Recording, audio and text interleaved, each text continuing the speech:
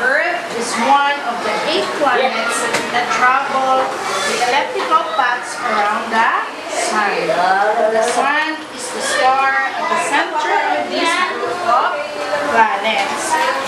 Earth and some of the planets have moons that revolve around them. The Sun and the planets and their moons and the other objects that revolve.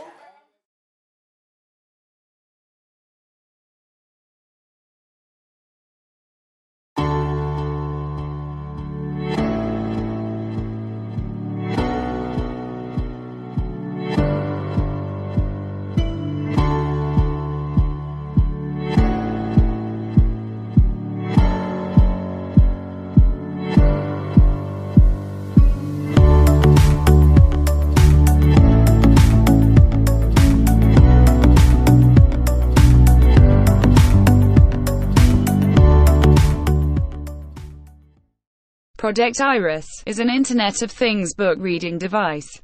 It captures text image from the book first. Then it will use Tesseract OCR to convert the text image to string. The string then will be converted to audio output using Google Text-to-Speech synthesis. Project Iris also allows their user to use voice command for operation with the help of Google Recognizer.